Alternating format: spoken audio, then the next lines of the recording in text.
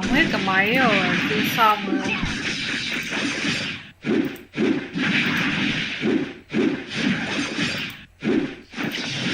Mới được một nửa, lâu thật đấy.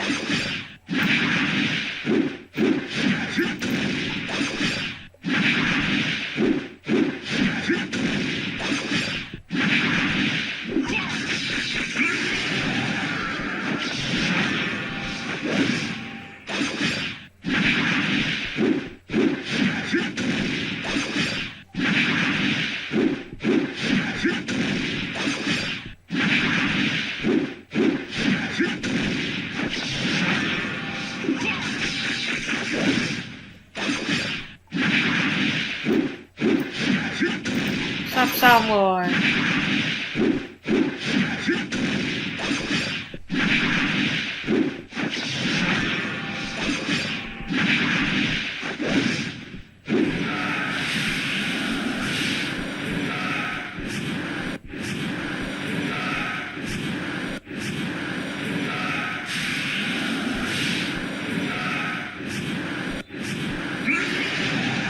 Mệt nha.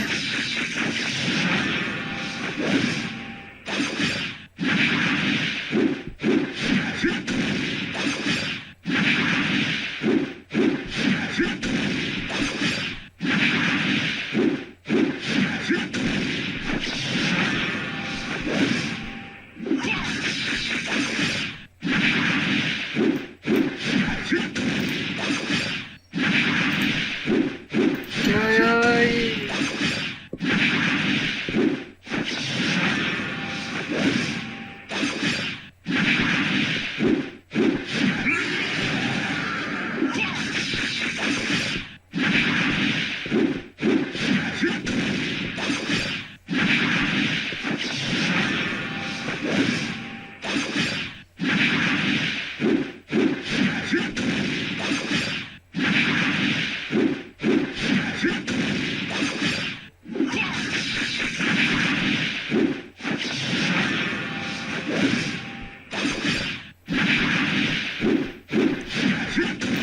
Xong chưa nhỉ, bên kia lại đánh bồng lai linh thú à, Ele à, sao giờ này vẫn còn đánh cái đấy.